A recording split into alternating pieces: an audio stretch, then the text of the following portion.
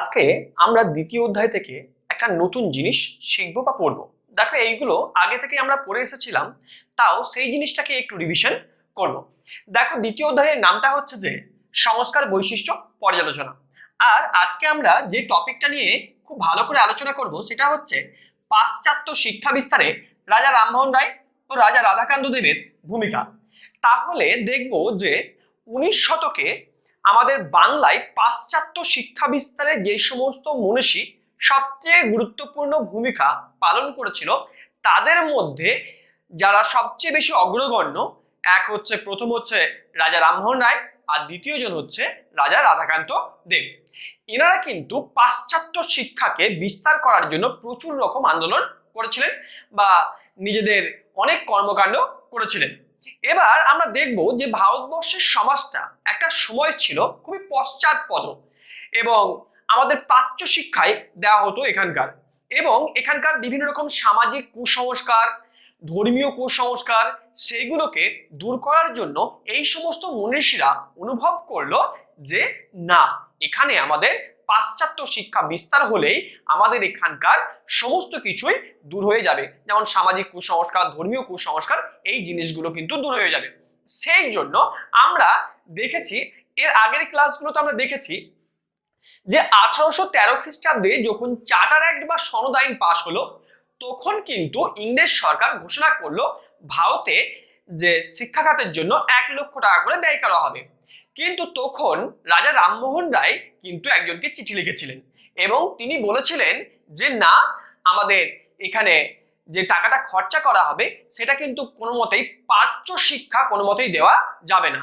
1 লক্ষ টাকা খরচ হোক, ঠিক আছে, কিন্তু সম্পূর্ণটাই পাশ্চাত্য শিক্ষা খাতে যেন আমাদের এই টাকাটা খরচ করতে পারি।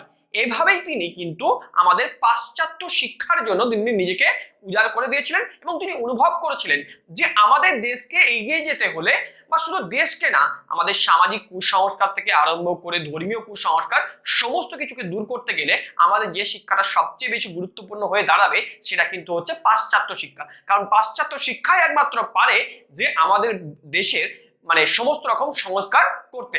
এবার আমরা দেখব যে তিনি পাশ্চাত্য শিক্ষায় শিক্ষিত না হলে আমাদের ভারতীয় সামাজিক এবং ধর্মীয় কুসংস্কার দূর করা যাবে না, এবং তিনি অ্যাংলো হিন্দু স্কুল প্রতিষ্ঠা করেন 1815 খ্রিস্টাব্দে। প্রশ্ন আসতে পারে যে রাজা রামমোহন রায় কবে অ্যাংলো হিন্দু স্কুল প্রতিষ্ঠা করেন, সেটা হচ্ছে 1815 খ্রিস্টাব্দে। দেখো, এই 1813 খ্রিস্টাব্দে কি হয়েছিল বলতো, যে ব্রিটিশ সরকার আমাদের এখানে পাশ্চাত্য শিক্ষা বিস্তারের জন্য 1813 খ্রিস্টাব্দে একটা আইন পাস করেছিল। সেই আইনটা হচ্ছে যে চার্টার অ্যাক্ট বা সনদ আইন। এই আইনে বলা হলো যে ব্রিটিশ সরকার 1 লক্ষ টাকা করে আমাদের ব্যয় করবে ভারতের শিক্ষা খাতে, এবং তোমরা নিজেরা ডিসাইড করবে যে এখানে কোন ধরনের শিক্ষা ব্যবস্থাটা দরকার। এবং 1823 খ্রিস্টাব্দে তিনি লর্ড আমহার্স্টকে একটা চিঠি লিখলেন এবং তিনি জানালেন যে আমাদের এখানে কোন ধরনের শিক্ষা ব্যবস্থাটা অ্যাকচুয়ালি দরকার, যে প্রাচ্য শিক্ষা না পাশ্চাত্য শিক্ষা, এবং পাশ্চাত্য শিক্ষা কেন দরকার সেটাও তিনি কিন্তু তার চিঠির মাধ্যমে সবিস্তারে আলোচনা করে পাঠালেন। এবং বলা হচ্ছে, দেখো, হিন্দু কলেজ হচ্ছে 1813 খ্রিস্টাব্দের প্রতিষ্ঠায় তার অবদান অনেকে স্বীকার করেছিল, কিন্তু ডক্টর রমেশ চন্দ্র মজুমদার তিনি এটা মানতে চাননি যে তার অবদান আছে। এবং 1824 খ্রিস্টাব্দে রেভারেন্ড হেনরি ওয়াটসনকে একটি পত্রে জানান বাংলায় 2/3 তাদের সন্তানদের পাশ্চাত্য শিক্ষায় শিক্ষিত করতে চাই, কারণ তারা পাশ্চাত্য শিক্ষায় শিক্ষিত হলে কাজের ক্ষেত্রে অনেক সুবিধা এবং সমস্ত দিক দিয়ে সুবিধা, এবং নিজেদেরকে কুসংস্কার থেকে মুক্ত করতে এই পাশ্চাত্য শিক্ষা কিন্তু খুব গুরুত্বপূর্ণ ভূমিকা পালন করবে। এবং শিক্ষাবিদরা মন থেকে সামাজিক যারা শিক্ষার্থীদের মন থেকে সামাজিক কুসংস্কার এবং মূর্তি পূজার সংস্কার দূর করার জন্য 1826 খ্রিস্টাব্দে বেদান্ত কলেজ তিনি প্রতিষ্ঠা করেছিলেন। প্রশ্ন আসতে পারে বেদান্ত কলেজ কবে প্রতিষ্ঠা হয়েছিল, সেটা হচ্ছে 1826। কে প্রতিষ্ঠা করলেন? আমাদের রাজা রামমোহন রায়। এবং জেনারেল অ্যাসেম্বলি ইনস্টিটিউশন 1830 খ্রিস্টাব্দে প্রতিষ্ঠার ক্ষেত্রে তিনি আলেকজান্ডার ডাবকে সহায়তা করেন। তাহলে এই ছিল আমাদের পাশ্চাত্য শিক্ষা বিস্তারে রাজা রামমোহন রায়ের অবদান। তাহলে রাজা রামমোহন রায় কিন্তু প্রথম থেকেই যবে থেকে চার্টার অ্যাক্ট পাস হয়েছে তবে থেকেই তিনি উপলব্ধি করলেন, বা তারাও আগে থেকে তিনি উপলব্ধি করেছিলেন যে ভারতের সমস্ত রকম সংস্কারের জন্য যেটা সবচেয়ে বেশি দরকার সেটা হচ্ছে শিক্ষা, এবং শিক্ষাটা কোন শিক্ষা, সেটা হচ্ছে পাশ্চাত্য শিক্ষা। কারণ পাশ্চাত্য শিক্ষায় শিক্ষিত তাহলেই মানুষ কিন্তু নিজেদেরকে বদলাতে পারবে, নচেত কিন্তু বদলাতে পারবে না। এবার আমরা দেখব রাজা রাধাকান্ত দেবের যে ভূমিকা। তিনি হিন্দু কলেজ প্রতিষ্ঠার ক্ষেত্রে ডেভিড হেয়ার এবং বলা হচ্ছে Baidyanath Mukhopadhyay, sir Hyde East প্রমুখের সঙ্গে মিলিতভাবে ভূমিকা পালন করেন এবং নারী শিক্ষার জন্য পাশ্চাত্য শিক্ষাকে প্রাধান্য দেন। তিনি উপলব্ধি করেছিলেন যে আমাদের পাশ্চাত্য শিক্ষা যদি নারীরা গ্রহণ করে তাহলে ভারতের সমাজগুলো কিন্তু খুব ভালোভাবে সংস্কার হবে। এবং 1822 খ্রিস্টাব্দে তিনি স্ত্রী শিক্ষা বিধায়ক নামে একটি পুস্তিকা প্রকাশ করেন। তো এটা প্রশ্ন আসতে পারে যে কে কবে স্ত্রী শিক্ষা বিধায়ক নামে একটি স্ত্রী শিক্ষা বিধায়ক পত্রিকা কে কবে প্রতিষ্ঠা করেন, সেটা হচ্ছে রাধাকান্ত দেব 1822 খ্রিস্টাব্দে। এবং কলকাতা মেডিকেল কলেজ এবং হিন্দু ছাত্রদের শব ব্যবচ্ছেদ তিনি সমর্থন করেছিল। এবং কলকাতায় যে আমাদের হিন্দু কলেজ আমাদের মেডিকেল কলেজ যখন প্রতিষ্ঠা হলো তিনি সেটাকে খুব ভালোভাবে সমর্থন করেছিল। এবং সেই মেডিকেল কলেজে যখন ওই শব ব্যবচ্ছেদ হচ্ছে যে মানুষের বডি কেটে বিশ্লেষণ করা, সেটা কিন্তু আগেতে আমাদের এখানে কেউ করতো না, তিনি কিন্তু এই জিনিসটাকে খুব সমর্থন করেছিলেন। এবং হিন্দু মেট্রোপলিটন কলেজের পরিচালন সমিতির সভাপতি তিনি ছিলেন। তাহলে এইভাবেই দেখা যাচ্ছে যে 19 শতকে যে সমস্ত বাঙালি মনীষী আমাদের পাশ্চাত্য শিক্ষা বিস্তারে গুরুত্বপূর্ণ ভূমিকা নিয়েছিলেন, এনারা দুজন তাদের মধ্যে কিন্তু অন্যতম ছিলেন। একজন হচ্ছে রাজা রামমোহন রায় এবং একজন হচ্ছে রাজা রাধাকান্ত দেব। তাহলে আমরা খুব ভালো করে বুঝতে পারলাম যে ইনাদের পাশ্চাত্য শিক্ষা বিস্তারে কতটা অবদান রয়েছে আমাদের সামাজিক দিক দিয়ে। তোমাদের যদি কোনো রকম বুঝতে অসুবিধা হচ্ছে আমাকে কিন্তু অবশ্যই কমেন্টের মাধ্যমে তোমরা জানাবে। আমরা দেখো এবার নেক্সট যে টপিকটা আছে সেই টপিকটা নিয়ে এবার আলোচনা করব। তাহলে এর পরের টপিকটা তোমরা দেখো। এর পরের টপিকটার নাম হচ্ছে পাশ্চাত্য শিক্ষা বিস্তারে ডেভিড হেয়ার, জন এলিয়ট, ড্রিঙ্কওয়াটার বিটন। তাহলে আমরা দেখব যে এই দুজন ব্যক্তি যে 19 শতকে বাংলায় শিক্ষা সংস্কারের ক্ষেত্রে বা সমাজ সংস্কারের ক্ষেত্রে যে সমস্ত ইউরোপিয়ান ব্যক্তিরা গুরুত্বপূর্ণ ভূমিকা নিয়েছিল তাদের মধ্যে আমাদের ডেভিড হেয়ার ও জন এলিয়ট, ড্রিঙ্কওয়াটার বিটন এই দুজন ব্যক্তি কিন্তু খুবই গুরুত্বপূর্ণ ভূমিকা নিয়েছিল। এবার আমরা দেখব যে তিনি ঘড়ি নির্মাতা সংস্কারক থেকে শিক্ষা সংস্কার।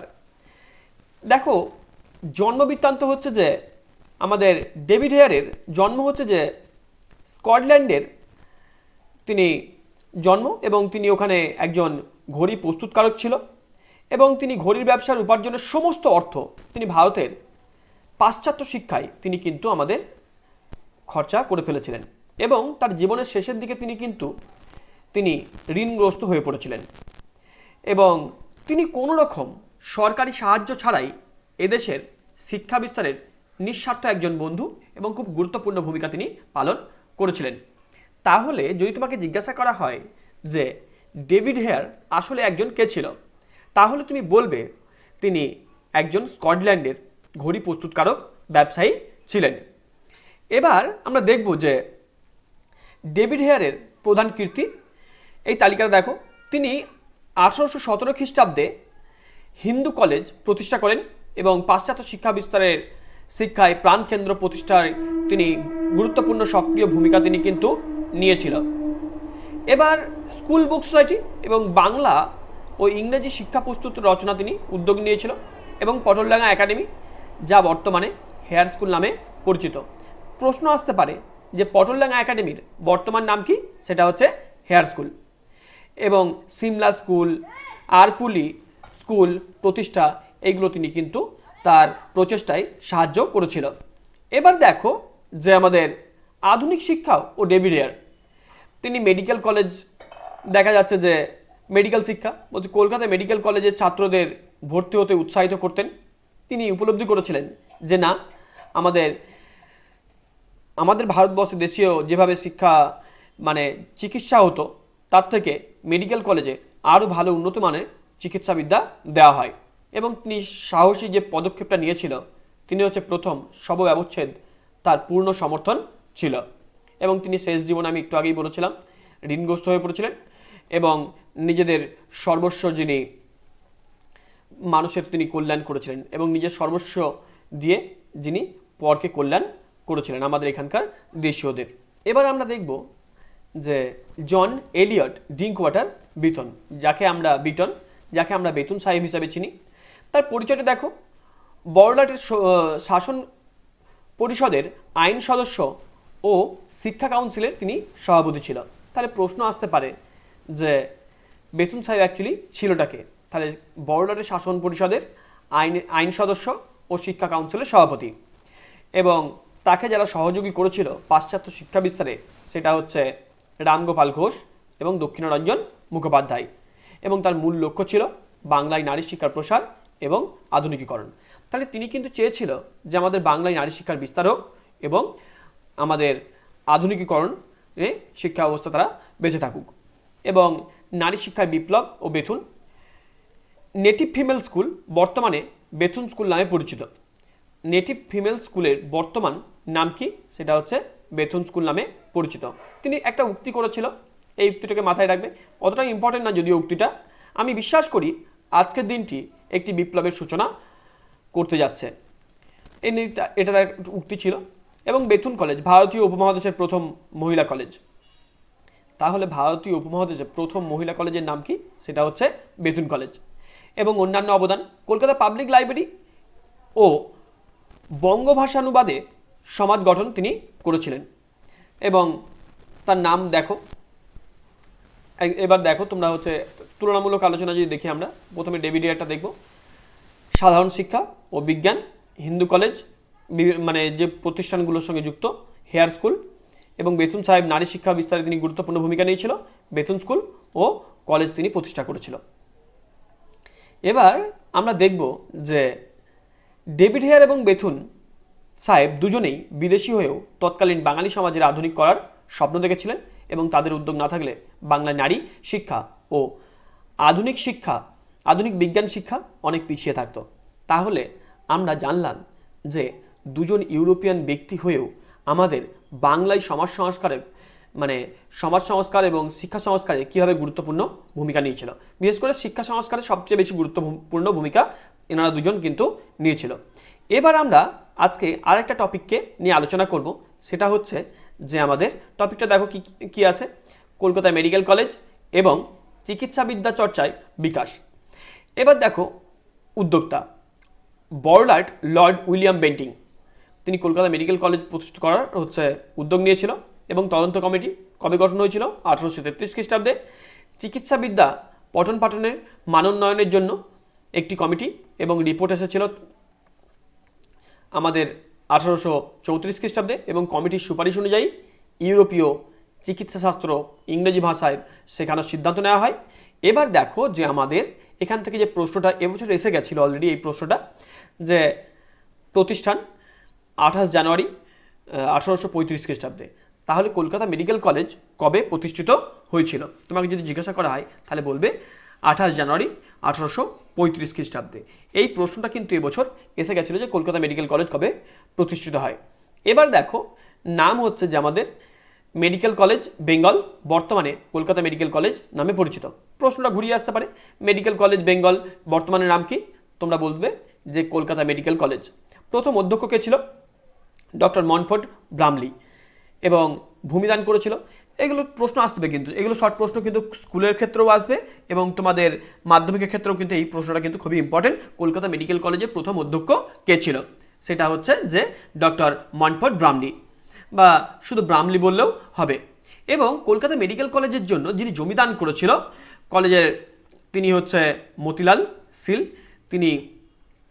তিনি একজন বিখ্যাত ব্যবসায়ী ছিলেন, এবং বলা হচ্ছে যে আমাদের পাশ্চাত্য ধাঁচের যে শিক্ষা ব্যবস্থা তার সঙ্গে তিনি যুক্ত ছিলেন।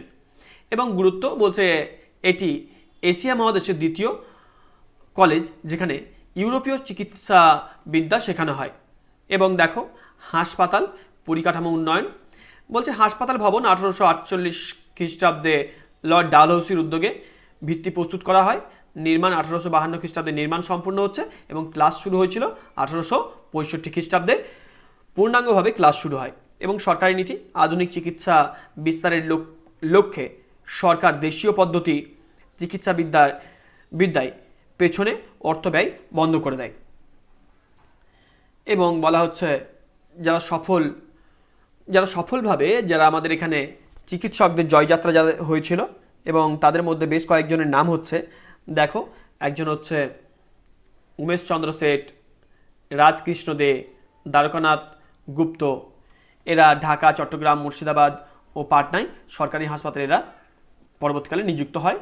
এবং বলা হচ্ছে যে 1856 খ্রিস্টাব্দে রহিম খান প্রথম মুসলিম ছাত্র হিসাবে এখানে থেকে মেডিকেল পাস করেছে, ডাক্তারি পাস করেছিল।